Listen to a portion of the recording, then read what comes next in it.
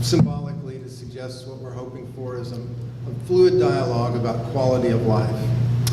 So our guests this evening are candidate Warren Winchester, Amelia Graves, Richard Winger, and Brian Heddy.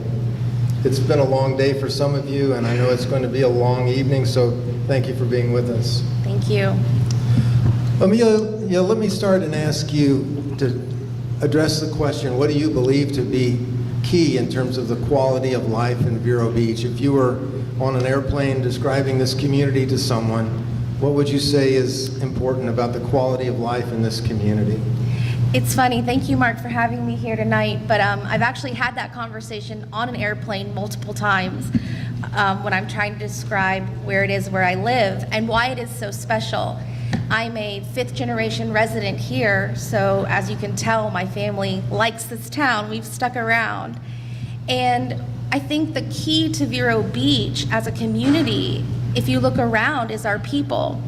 We care about our town, we care about our public works. We're a full-service city that offers beautiful beaches, a beautiful river, beautiful parks, a fantastic police department. It's just top-notch. There's nowhere else in the state like us, and I love calling Vero Beach home. Okay, thank you, Amelia. Richard, how would you address the question? Well, I center around a slogan 2 years ago when I was elected. It was "Keep Vero Vero," and I've changed it a little bit. I put a possessive pronoun in it. It's now "Keep Our Vero Vero" because it's very much ours, and ours into the future, and ours to protect it into the future. And what I am concerned with is what Vero Beach looks like after the sale of the electric, and positioning it so that it is the Vero, our Vero, stays our Vero. And what I'm really positioned around is Article 3.1 of the Vision Plan, and I'll read just a little bit of it. I won't read all of it, but it's on my webpage, www.Dick Winger for City Council, if you like it. The whole write-up, which is not a direct quotation, but lots of it is a direct quotation. But it says about Vero Beach, it's a place where the best of old Florida is nurtured, filled with community pride, but not boastful or arrogant, with well-kept private property and public land, where people work together on issues, that embraces a respect for the natural environment and its history, where you can fall in love on your first visit and ultimately make your home, that does not succumb to trends, but establishes its own image. And I think what's important, our predecessors have done some neat things. They, whether it's the cemetery or the museum or Peace and Pie Park, whatever it happens to be. And we have a very special place here. Mark, I don't know whether you give me 60 more seconds, but my family came here in 1971, and we used to call it Zero Beach back then. I was 35 traveling into the area. And I found it to be a very special place. And I think what has been given to us is going to change, it's going to mature and grow, and it's certainly grown since 1971 and become, if anything, better. In fact, you were born too since then. Not Warren, you weren't born since then. But Tell my secret. I think that's what I want to do, and it's the only reason I have to serve, really, to serve so that we keep this special place special. I have no other reason. Brian, how would you address that question? Well, first of all, thanks, Mark. And you're not looking for a debate, you're looking for answers. I found one of the ways of getting answers is to have a debate. But anyway, the key quality of life issues, one of the things in the quality of life would be have elected officials respond to you. And you see the empty seat over there, that's Tracy Carroll. She's empty, she's not here because she doesn't respond to you. And I think that's pretty pathetic when elected officials don't respond to you. She won't respond to you at a meeting either. In fact, what she'll do, if you even mention her name because she gets code violations and things, she whispers in the mayor's ear, and the mayor has you removed by the police department. That's not a quality of life. And, in jail, and I can tell you, they put me in jail before for talking, for speaking out, for daring to ask questions. They've locked me up in a cell, and that's not a high quality of life, I can tell you that. Amelia says that she cares about the town. You know what? I think if more of us cared about a town, you'd be outraged when things like this happen. And Dick says he wants to keep Vero Vero. You know, where is he? I saw him in a room someplace. Jay Kramer, where are you? Jay Kramer, there he is. He's hiding in the back of the room. I remember when he was mayor, and there was a quality of life inside City Hall when he was mayor, because not once did he slam the gavel down and be rude to citizens. He allowed the citizens to speak. That's the Vero I remember, not the one that Dick Winger is presiding and allowing right now. It's awful. It's awful. We need to go back to Jay Kramer style, where the citizens allowed to speak. Well, Amelia says there's beautiful parks. You know what? There used to be beautiful parks. Anybody been by the beautiful parks now? Because all they do is keep cutting and cutting and cutting, because we've got 3 members on the city council right now that think what we need to do is just cut some more, have a few less workers in our community. Don't cut those parks. Let that lawn grow. And I actually, you know, it's probably a pretty good idea, because if you let the lawn grow, you'll wind up with some rodents and whatnot, and those big anaconda, those big pythons and the snakes that people have let loose, they need something to eat. They won't be attacking my little dog. So maybe the high lawn is a good idea. What's it going to look like after the sale? Hell, I'll tell you what, I'm upset about what it looks like right now. Right now. You want to keep Vero Vero? Darn, Dick. It wasn't like this when you took over. It's just gotten worse. Brian, let me He would give like Warren, to work let me together give on Warren a issues, chance so would to I, speak. but the first way to work together on issues is allow people to have what they have to say and stop arresting them for daring to speak out. Warren, beyond allowing unlimited comment at city council meetings, what would you say contributes to the quality of life in Vero Beach? I think for the most part, the mayors do provide unlimited comment. When that comment gets very personal and sometimes embarrassing, they feel like they have to lower the gavel on it.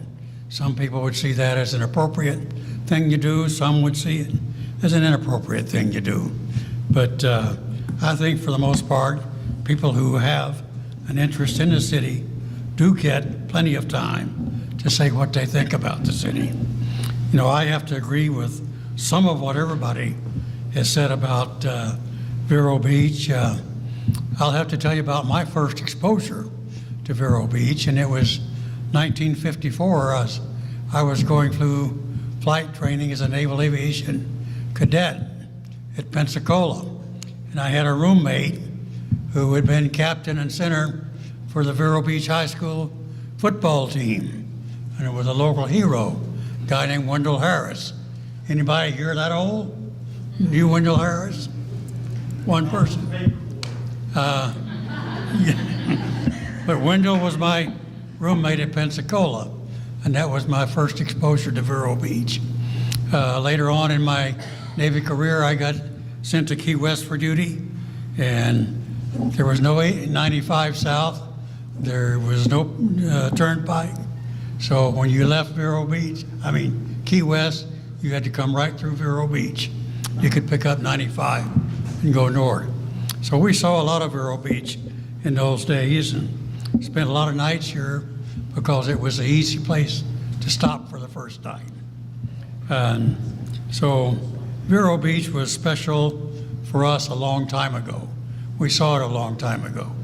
We moved here permanently in 1983, and I don't regret it for 1 minute. I've served as 4 years as a council member, 1 year as mayor. I served on all sorts of boards and commissions that try to provide a high quality of life to the people in Vero Beach, and I'm proud of that. I'm proud of being a Kiwanian, as I have been for some 30 years. And I think Vero Beach is a very special place because of the people and the pride they take in not only the municipal areas, but in their own homes. And you don't see a bunch of raggedy old cars and raggedy old houses and lawns with knee-high grass around. People take care of things. They're good people. There's the people that go to church on Sunday, and that's good. The salt of the earth is what I call them. And I think we're lucky to live here. Thank you. Amelia, what would you say, or let me ask you to address the question of height restrictions and how important you think the existing height restriction is to maintaining quality of life in Vero. I think it's essential for our landscape, for what we're known for as a natural, pristine environment. I think every time you drive eastbound on the Barber Bridge, you're reminded of why we need height restrictions. And so I can't imagine any resident as they cross that bridge thinking, oh, we should just keep on building up the beachside. So I think height restrictions are part of our natural landscape and should be maintained very strictly here. Richard? Well, I certainly agree with that, and I think it will be interesting for the public. Vero Beach is going to, in the next 5 years, go through more change than it has in the last 15 years, in my opinion. And that's going to happen because Vero Beach is entering a period of prosperity. There are a number of projects around town. The old post office site hopefully won't have transformers on it, and the shopping center just west of it will be part of a bigger development, maybe something like 3 Aves. There are plans in the works for the diesel plant, which is all important because it's part of our heritage to do something useful with it. The Holiday Inn is going to get rebuilt. And there are numerous other plans. Some of them haven't really been released to the public. And so tight zoning and people that will enforce tight zoning, I'm sure Amelia will, and I know I will, is ever so important because for the first time, we're going in a long time with the economy having coming back and having come back in Vero Beach. This city council, the next city council, and the one after that, that we would serve on, whichever two of us you pick, is going to face a number of buildings that will be built and have to make a number of decisions along with planning and zoning. I see Honey back there. So I think it's ever so important. And you see little decisions we've made, and they're not so little, but this city council, by a 3-2 vote, turned back the idea of putting signs on city property, in particular on the lifeguard stands. But those are the issues that are going to come forward. People are going to say and use for an excuse, we don't have money. That's not true. I don't believe that. And we talk about that later if we want to. But there's no excuse to change our height limit, which is 35 feet, and then you can have embellishments on top. But to have that changed, I can't tell you how much against it I am. I agree with Mia. But beyond the aesthetics of taller buildings comes increased densities as well, more traffic and the need for more services and all of those considerations. Brian, how would you address the question about the importance? The height restrictions is a non-issue. Well, if you don't want to address that, fine. I am addressing it. I am addressing it. The height restrictions is a non-issue. What's really the issue is the boutique hotels that we're now going to have in each and every single neighborhood because we've got a council member, the empty seat over there. We've got a council member who violates the code, and we now have a ruling where that's perfectly okay. So any house next door to you can now become a little hotel, and they can rent it out by the hour if they want, thanks to the empty seat over there. You talk about the height restrictions, the height restrictions isn't really what's going to bother you. What's going to bother you is that the 4-bedroom house next door now gets rented out like a hotel room. That's what's going to bother you. And the things like the diesel plant, and there's been plans to do something with the diesel plant for how many? 30 years? And I mean, at least it's cleaned up a little bit. It took a lot of years just to get it cleaned up, but I don't see in this economy much of anything happen with the diesel power plant. Warren, how would you address the question of height restrictions and their importance to quality of life? The height restrictions are critical to the quality of life and to the quality of what the city looks like. And I don't think you should overlook that density is equally important. It's height and density, and they're contained in the same sentence in the zoning documents.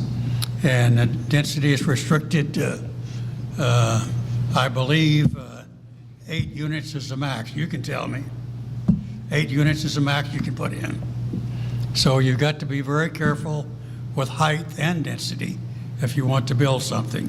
There will be challenges to our strict laws. There's absolutely no question. You will have to have council members and attorneys who are willing to fight it. But low density, low rise is the right way to go. And when it's challenged, we need to challenge back. Mark, can I make one other comment? Certainly, Richard. Well, I just wanted to build on what Brian said. City Council, by a vote of 3-1, took the action of appealing the decision of our own code board, and we hired from Fort Lauderdale the best firm we could find with the best lawyer we could find, and we intend to enforce our code. Plain and simple. 3-1 it was. There was one person that couldn't vote for obvious reasons. So I think the public needs to understand that that has to be addressed. And we've hired the best lawyer that we can. We've hired the best lawyer that we possibly can to run this electric deal, right? And the best lawyer that we could hire has spent $2 million of our dollars and they've gotten absolutely no place. So much for hiring the best lawyer we possibly can. So did you participate in that decision? Yeah, I was one of the ones that voted yes. I voted to hire him, absolutely. Yeah, I did. So You what brought point the are you name of making? the attorney to the city, didn't you? Several names I brought, yeah, absolutely. So I'm just curious what point you were making then. Are you being critical of that decision? No, I'm just pointing out that hiring the best lawyer doesn't necessarily mean we're going to get the best result. I think one of the things that we've seen is that the lawyers can get us no place. And if we brought it back down to city council level and started having more debate, maybe we would find some answers. But we can't have council members like the empty seat over there that continues to violate the codes that have been the acceptable codes in the community for a lot of years. She violates them. Nobody says much of anything. You're right, Dick, you did hire a high-priced lawyer from Fort Lauderdale. I don't think it's going to do us any good. I think that the Carrolls have won, and I think that if you wind up taking it to Tallahassee, that the mood in Tallahassee is to allow this kind of thing, and I don't think we'd win on appeal. Well, I guess the only question I could ask at this point, since the city is appealing that decision, is that decision's already been made, Amelia and Warren, so it's not like that decision can be relitigated, but how do you feel about that decision, and how do you hope the proceedings turn out? Well, the council in essence voted against it, but they had to vote to take it to court in order to kill it, because the Code Enforcement Board found that the rules that they'd been going by for years and years was too foggy and not quite right, and so in order to get some clarity, the city was forced to go to court and try to get a ruling that would support them. So far as I'm concerned, when that is done, we need to rewrite our zoning ordinances and make sure that there's no room for any further misinterpretation. When we have 3 members of an Brian, let me advisory just a board. moment. This is a moderated discussion, so I'll get to Okay. you. Okay, fair enough. I think that was the ground rules. All right. Well, I So, thought it was a like, I'm discussion. gonna call I on was just Amelia entering next, into in discussion. fairness. You don't want me to? That's fine. Yeah, okay. That's all right. I'll get back to you. So, were you finished, Warren? I'm just going to say that the zoning ordinance needs to be rewritten when it comes to that, and we'll have to deal with what is on the particular issue as we move forward. Amelia, the evening the council made the decision to appeal the Code Enforcement Board's decision, someone wrote to me they thought it was a mistake that you didn't speak your mind. I responded to them that I applauded you for not using the lectern at City Hall for politicking. So since you didn't speak on the issue that night, it's up for discussion this evening. Maybe you address how you see the short-term rental issue. I think that short-term rentals, while I've gone on vacations in other places, and I know many people who have gone and stayed in vacation rentals and really enjoyed themselves, but it becomes a problem when it hampers on our quality of life. And I think short-term rentals in our city disturbs the tranquility of our neighborhoods. It disrupts the processes of talking to your neighbors, knowing what's going on. And I think it also becomes somewhat of a safety issue when you have the internet with HomeAway and these kinds of websites where people can review the properties and say things like, oh, don't worry if you lose the keys, the windows in the back don't lock, you can always just climb in. So it becomes an issue where other people's property could be violated. So I do hope the city wins on the appeal. I hope the circuit court returns a decision saying that 30 days, less than 30 days in our city is not allowed, just to keep Vero tranquil and peaceful, and you know your neighbors. I would just add to that other people's rights were violated. The property being rented was R1 AA, which cannot be rented on a short-term basis under any circumstance. So she was in clear violation of the law. Well, one of the arguments for short-term rentals is private property rights, but nobody's arguing that we'll build ball bearing factories in residential areas. Services that the City of Vero Beach government provides, which of those are really important to continue to provide, at what level, and how will the city pay for those services going forward? Again, there will be plenty of opportunities to redebate whether the sale will or should go forward, but assuming it goes forward, for the purposes of this discussion, how will the city fund its essential services going forward? Warren, would you be willing to start this segment? Well, I would start off by reminding everybody that we fund most of our essential services now by the overhead or the profit coming off of all of our utilities. That's water and sewer and electric, garbage, and all the things that we provide. If we sell the electric service, of course, that's going to be one source of income that is gone. But that has been the policy for years and years, and we make up for what shortfall there might be in minimum raises in taxes. If we were to end up with all of that money not available because we sold water and sewer or garbage, then we would have to fund everything by taxes, and I think the increase in taxes would have people in rebellion.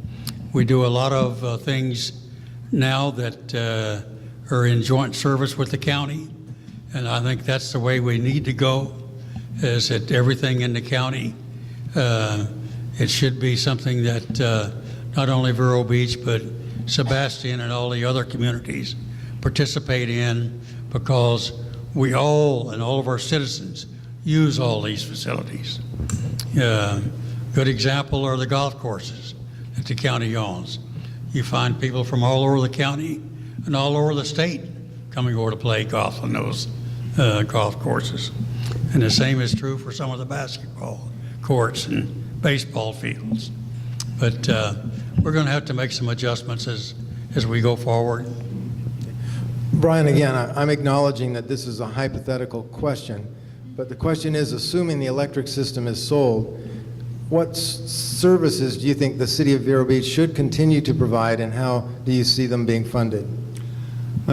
Before that, we talked about some of the problems with the code board. We had 3 members of an advisory commission that made a decision that 4 council members decided they had to hire an attorney to fight their decision. And I'll tell you, the question that comes to my mind, well, hold on a minute. If we've got 4 council members that don't agree with these 3 advisory commission members that are making bad decisions, why don't those 4 members throw those people that are making bad decisions off the advisory commission?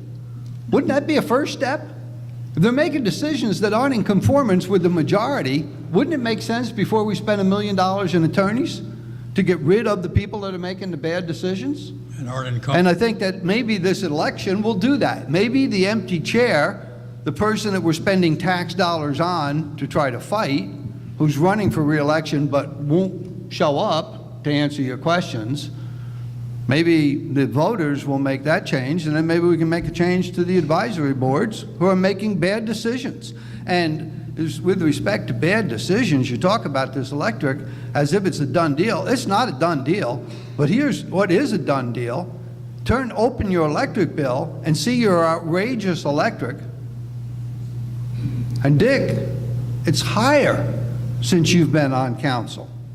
The rates have gone up, not down.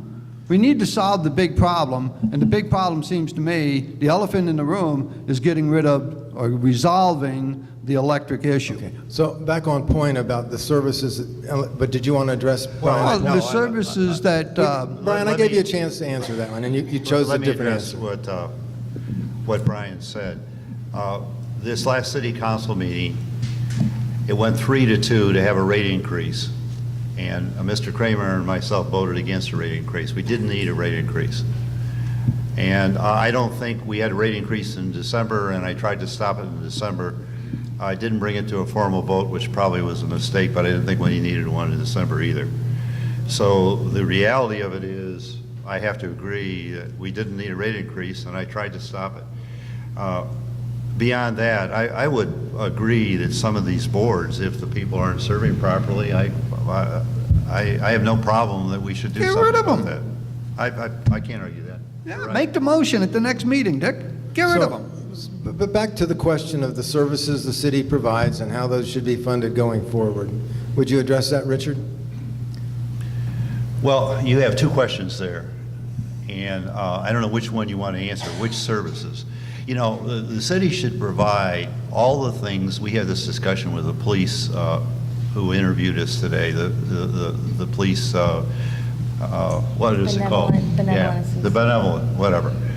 And the city is responsible to do those things that are required by law, things like the police as an example, and there are several others. And then the city is responsible to do those things that the public wants.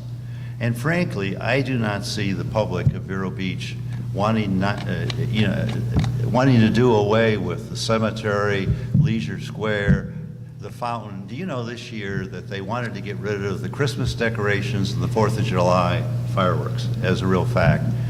And we were successful in most cases of not doing those things. We were successful in not getting rid of the 911. That would goof up the reaction time.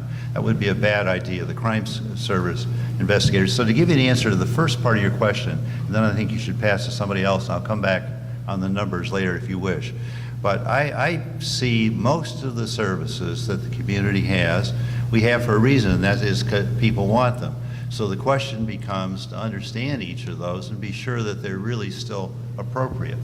But I've delved quite a bit into recreation, and we saw what happened with the tennis. I mean, there are people that have a need for that, and it's not that expensive. We figured out a system whereby we're asking Gabby to take action to as much as possible to provide revenue to do that. So I'm not one that believes in cuts in service. I'm sorry. Amelia, what would be your answer to the question about essential services the city provides? Like I said at the beginning, we are a full-service city. We have a marina, we have lifeguards, we have an airport, we have the police department. Our public works is fantastic, our parks and recreation. We have hundreds of festivals here every year in the different parks, in our downtown, on Royal Palm Point that we put forth for citizens. We have a covenant with the people who live here. They chose to move here because Vero Beach is the way it is, including Crestlawn Cemetery, where my family has been laid to rest. And these were promises made. These were promises made by our founders, and they're a legacy and a heritage in which we inherited, and the city council is entrusted to maintain. So I don't see a need to cut these services because it's what makes us so unique. And as far as paying for them, recently, even though it's maybe not as fast as we would like, property values are increasing here. And so that's bringing up our property taxes. They're slowly inching up, and we're able to receive more revenue from that. So as of right now, there's just no need to have a slash and burn method of cutting services to the city. So the projected electric savings for the 10,000 or so customers within the city of Vero Beach is about $10 million a year in round numbers. That's what those customers are projected to save if the system is sold to FPL. As a trade-off for those $10 million in electric savings, do you see any justification for an increase in taxes to help pay for services. Richard? Well, you asked a double question a minute ago, and I want to answer the second one, and bear with me, it'll take a minute. The electric produces $5.8 million worth of transfer and $1.8 million of administrative charge offsets. You could add those together and say we're faced with $7.6 million out of $20 million. The city manager and Peter Gorey, or the city finance manager and the city manager together, and then Peter Gorey separately, and I worked with Peter Gorey on it, did a model, and we found out that after all of the adjustments, taxes, reduction in services, reduction in people, and so on, that we were talking about 3.2 million, and that's a fairly authoritative number. So we're not talking about whatever it was, 7.6, we're talking about 3.2. Well, then Mr. Gorey came up with a scheme, and every year we're paying $3,187,000 this year. It goes up next year, unfortunately, to fund for 13 years the unfunded pension, $3,187,000. It just happens to be the same number. Now, it's not quite that simple. But what happens is by using the estate, in other words, the cash that's used in the electric utility, which is between $30 and $35 million, and by offloading the pension liability and vacation liability we have for the electric people, some 100+ people, what we can do is we can get rid of a 1.2 million of the 3.2 million in the general fund. We'll no longer paying the pension because we will have funded the darn pension, and hopefully, which is a separate issue, going to a defined contribution. We have to modernize our benefits. Okay, then we found out that if we took the enterprises, and the enterprises for 13 years, then something happens after 13 years, of course, but 13 years, Warren and I aren't going to worry about it, I guess, maybe by. But for 13 years, we can get another $1 million out of the budget. So now we're down to $1.2 million, or between $1 million and $1.2 million deficit. And then this year, City Council, by restructuring, which is something we have to do, we got $690,000 out of next year's budget. So now we're down to maybe $500,000 is what the gap is. It's not draconian, it is a gap. Now, we'll make one other caveat just so you understand. The $3.2 million that I started with includes $1 million rent on the power plant for 3 years. After 3 years that goes away, so then we have $1 million problem forward. But what I'm trying to tell you is it's something we're going to live through. And those who say that we have to not have a cemetery, or we can't have the fountain running at Royal Palm Point, or we can't mow the grass at Jacoby Park, that's philosophical. It has nothing to do with reality. We can do those things. And will finances for the city be tight? Yes, of course they're going to be tight. But we're going to be able to do those things, and I would, at some point, taxes may change. But at this point, I'm a fiscal conservative. I don't see it. Okay, Brian? $20 million a year we pay more in electric rates right now. $20 million more each and every single year. If we solved the electric problem, we wouldn't have to worry about how we're going to pay for things. $20 million is more than the entire city budget. We need to address the real problem. The real problem is the electric, and we need to solve the electric issue. Warren, how would you address the question? Well, I think Dick's statement included selling the electric plant, and Yes. and certainly that was a good analysis of where we are. The sky is not falling.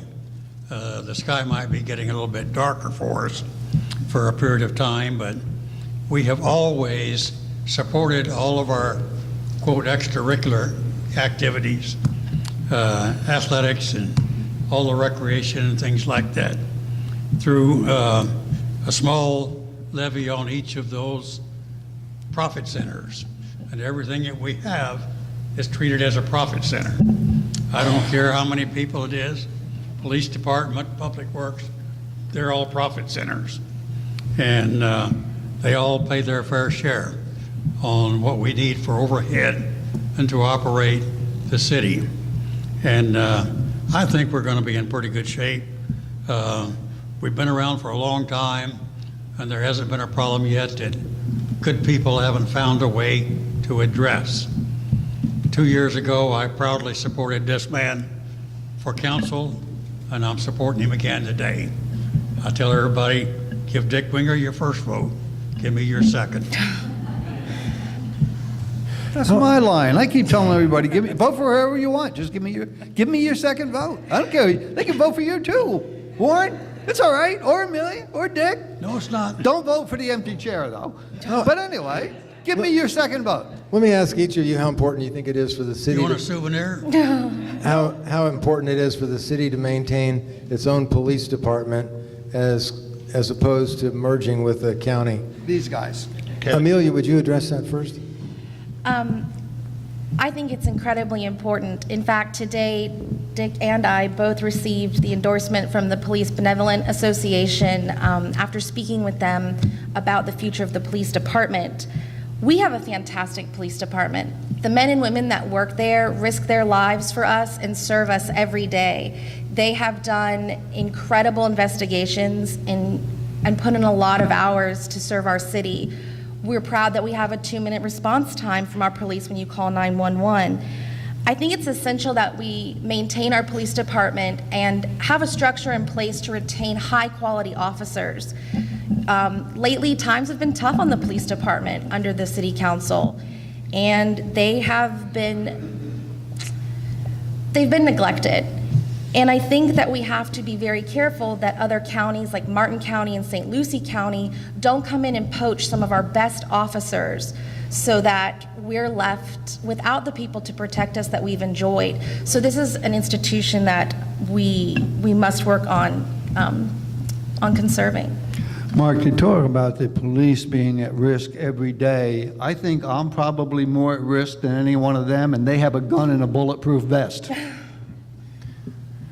Well, Richard, what's your thought about the city maintaining its own police department? Well, absolutely, we have to maintain our own police force. I want to go a different place, but I want to tell you, it was about 2 weeks ago, and in one 10-day period, the city lost 3 police officers for one reason or another, but basically because we're having trouble to compete, and up to now, we've always been able to compete. Our police do a wonderful job.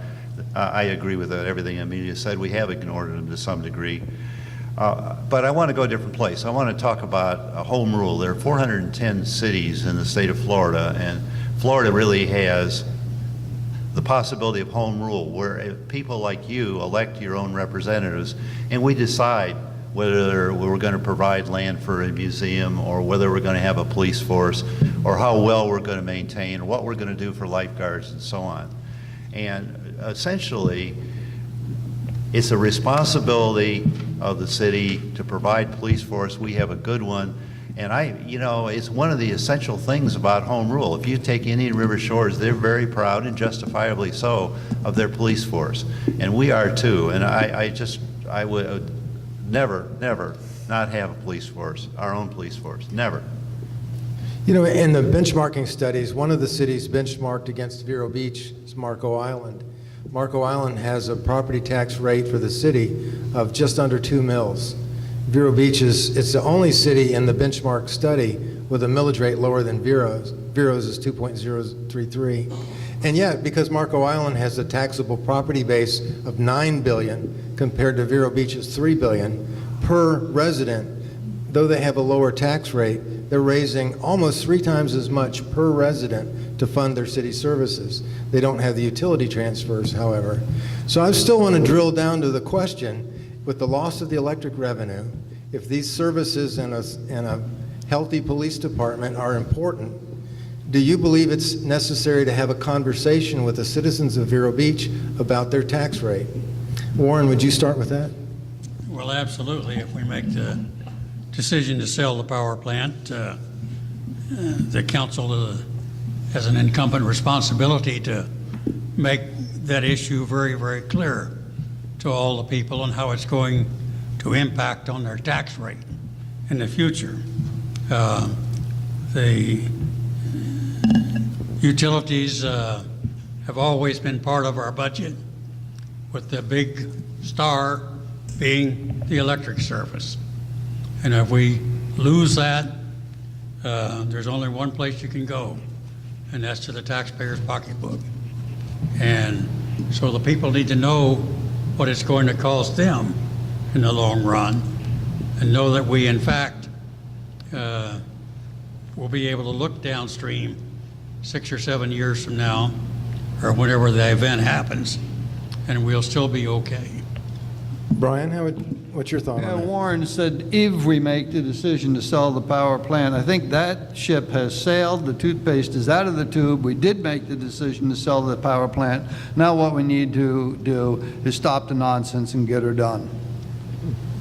So how does that answer the question about the tax rate in the city and whether... Well, the tax rate in the city, one of the things with the power plant, and it doesn't seem to ever come out, yes, the electric is kicking in. It's kicking in $6 million. Every city in the state that has an investor-owned utility also has a franchise tax. That would kick back into the city over $3 million. So you're not losing every single thing that comes in from the electric. You're going to lose half of it.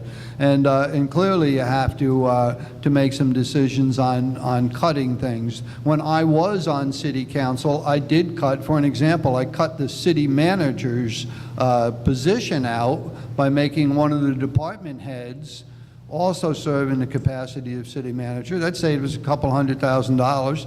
And Dick, I think, were you on when they decided to end that and added another city manager?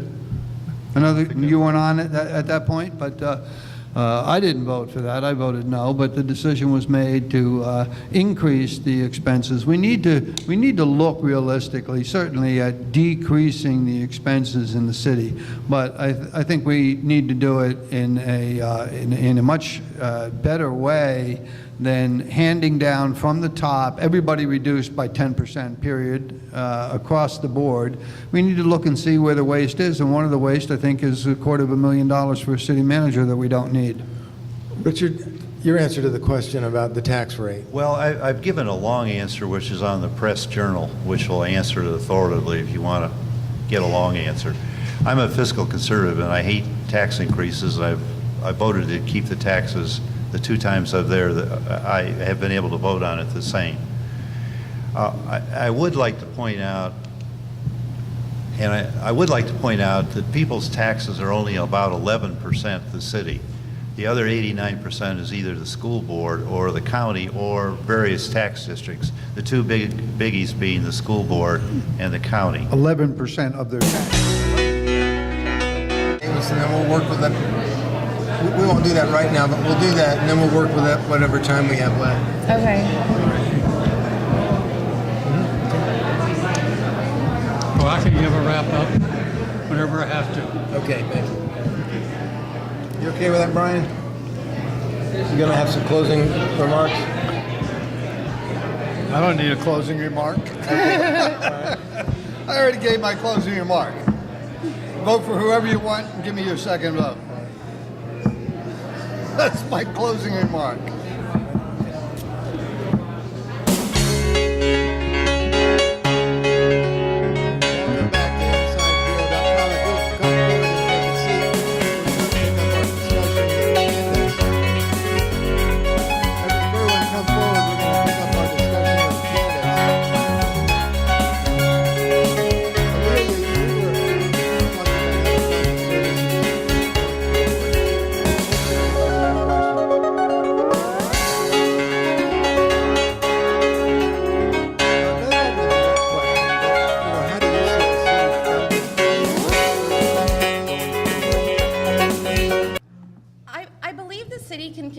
To fund its essential services the way that we've been doing it so far. I think, as Dick laid out that really numerical explanation of the power plant, we're going to have the ability to have some money free, and the deficit isn't going to be so great that we have to start cutting away essential services.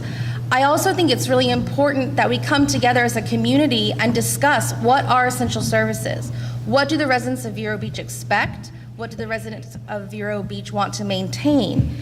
And in doing that, we can build consensus and place a value on what we think is the most important. And if we decide as a community, in order to keep funding, for example, the police department so that we have a 2-minute call response time, then we can have that discussion if we need to push property taxes up or not. But I think the city can continue to just strive to become more efficient as we go forward. Let's talk now about what you envision for the spirit of the staff of the city. There's been some discussion about morale issues. I guess that's the way I want to address that question. Morale among city staff. Richard? Well, I think this city council, I know I've worked very hard to work through the city manager and through the staff. And we've ended the procedure of calling up the city managers, various department heads or their subordinates and grilling them. And I think it's been a little more orderly. I don't think there's any question we have a terrible morale problem. I mean, there hasn't been any raises for, 4 or 5 years? I think 5 years. I think we're going to have to face that in the next period of time. I mean, you just can't go on forever. We have put in place management by objective, which is a positive. It allows us to manage our people and give them objectives and monitor them against the objectives. But we still have some things to climb over that are going to be hard. They're going to be hard. And what's involved in them is our system of employee benefits is going to have to change, unfortunately, as much as I hate it. For instance, we have a defined benefit system for our employees. And we're going to have to go to we're going to have to freeze that and go to a defined contribution, in my best opinion. And then we're going to have to fund that, and it's going to have to be something reasonable. The employee's contribution and the city's contribution are going to have to allow for a reasonable retirement. That's complicated. We have, last I knew, $42 million of unfunded other benefits for medical and for unused vacation and so on that we pay for as they occur. And we're going to have to face the fact we have a system whereby somebody can save up their vacation for years and years.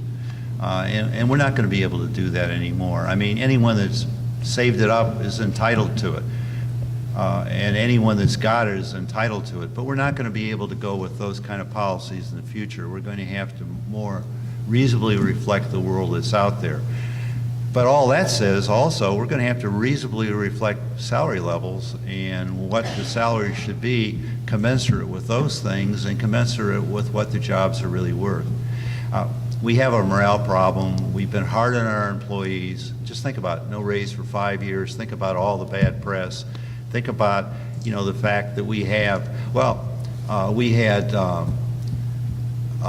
534 employees in 2009. We have next year budgeted 403. Just think what you would think if you were an organization that did that. I mean, that's fairly extreme. This year's city council, I think, took a reasonable approach, and while there were some cuts, they were a little more reasonable than they have been in the past. I don't really see employee cuts into the future. I mean, you can always make things more efficient, and you'll always have somewhat fewer. But we do have a morale problem. We're going to have to deal with it. And, the reality is we're not through with it. We have to take some other steps, I think. We have no choice. Brian?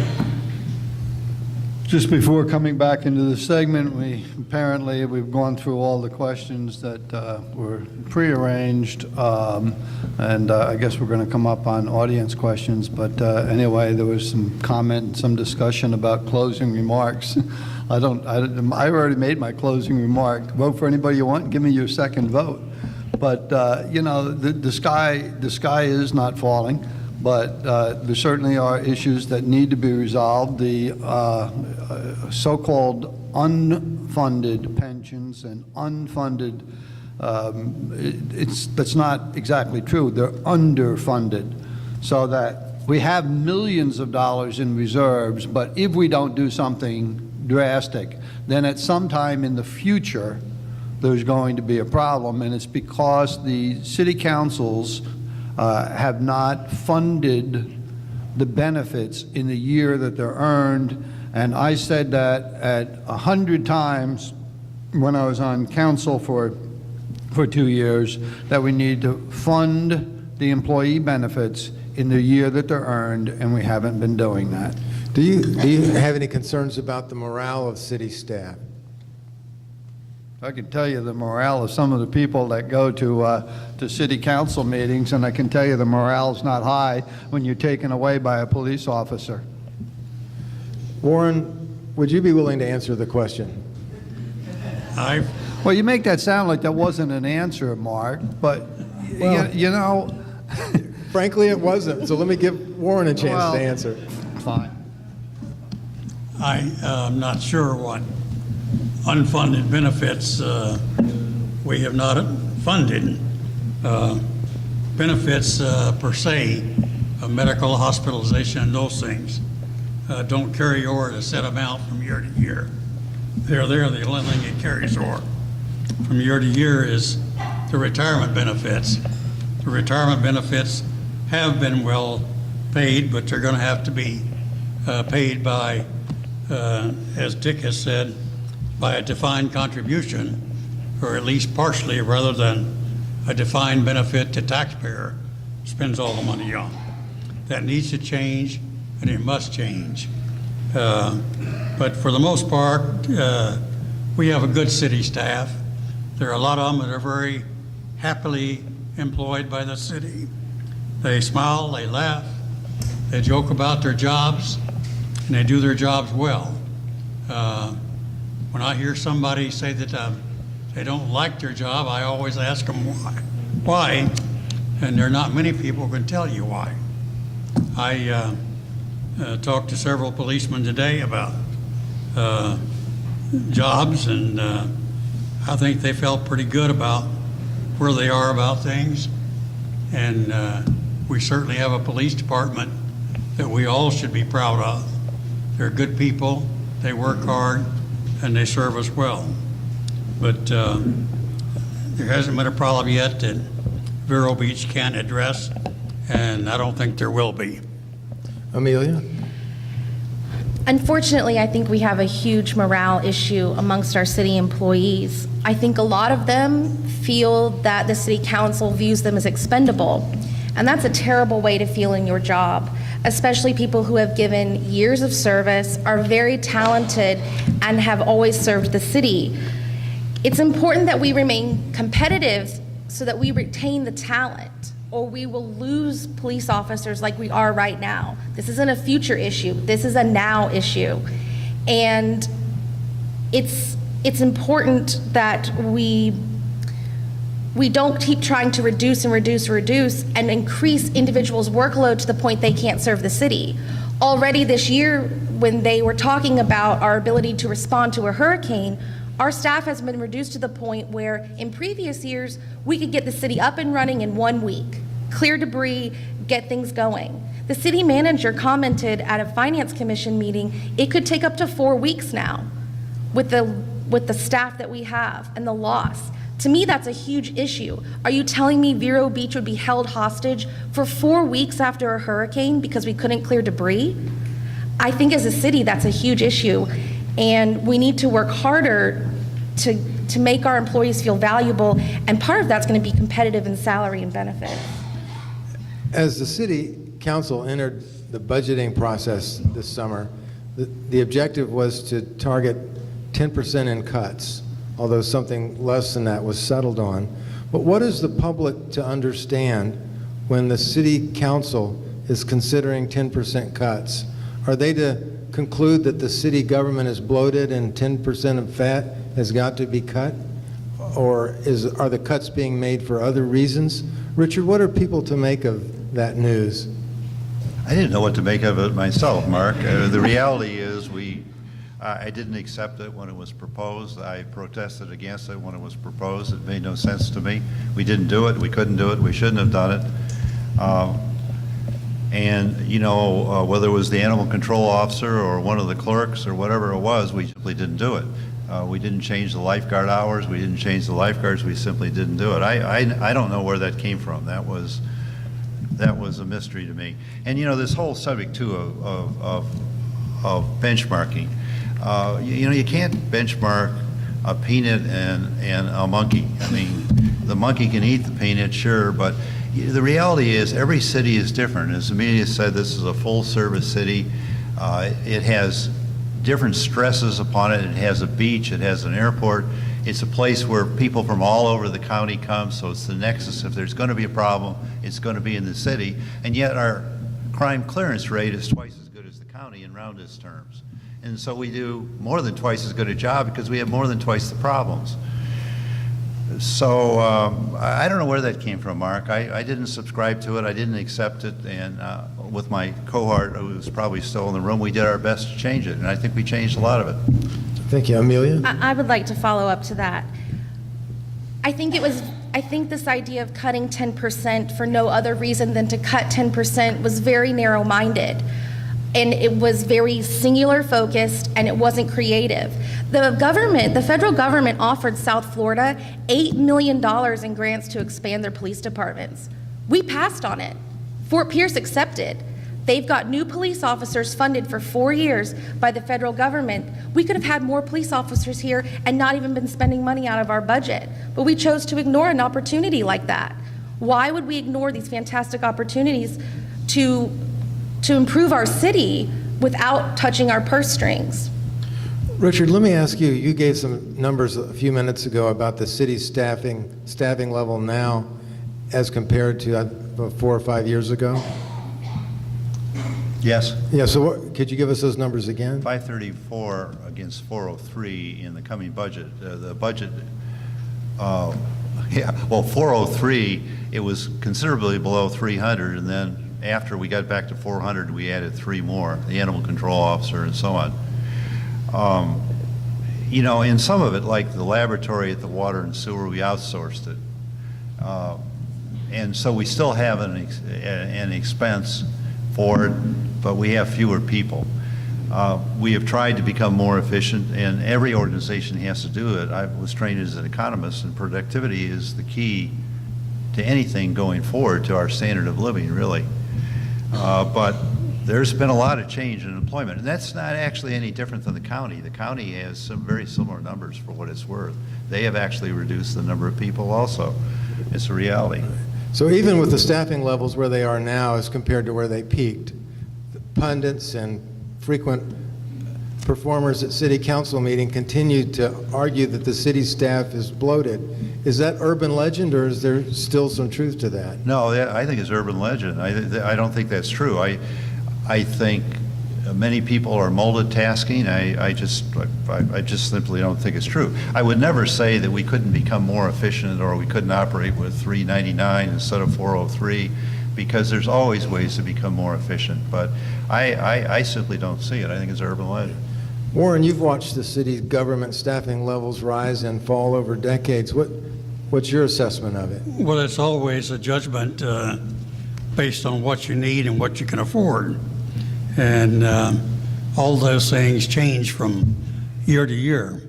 One thing I'd like to address real quickly, I stay pretty close to the guys in the city, the women in the city, and I just don't see this bad morale. You may see it, but so far as I know, you've never volunteered for a board or a commission. You've never done anything to be a part of the city. I have. I'm down there all the time. I'm talking to people. I know people, and people holler at me by name, and I don't see bad morale. There may be a few people around that have bad morale, but I bet if you dig deep, you'll find out why they have bad morale. But let it go. Just we disagree. I'm sorry, I can't let that go. I have participated in the city. I worked as the interim director for Main Street Vero Beach, working with all these downtown businesses, and to put on the Downtown Friday festivals every Friday night required close work with both recreation, City Hall and the police department, and these employees are out there working long hours, and they're very committed. But if you speak to the police department, which you did today and Dick did as well, they're telling you that they're going to walk away from Vero Beach because they aren't being treated with the respect that we have in the past, probably when you were, watching over the city. I just don't think employees feel that their jobs are safe and that they're cared about right now. Well, Yes, I'm sorry, go ahead, disagree. Warren. Go ahead. Okay. So we have a submitted question. Let me pose that to the candidates. What is the case for keeping the city of Vero Beach? Not keeping Vero necessarily, but simply keeping Vero. What is the case for keeping the city of Vero Beach intact? My fear is certain county officials want to do away with the city. I think this questioner means as an independent incorporated municipality. Richard, would you address that first?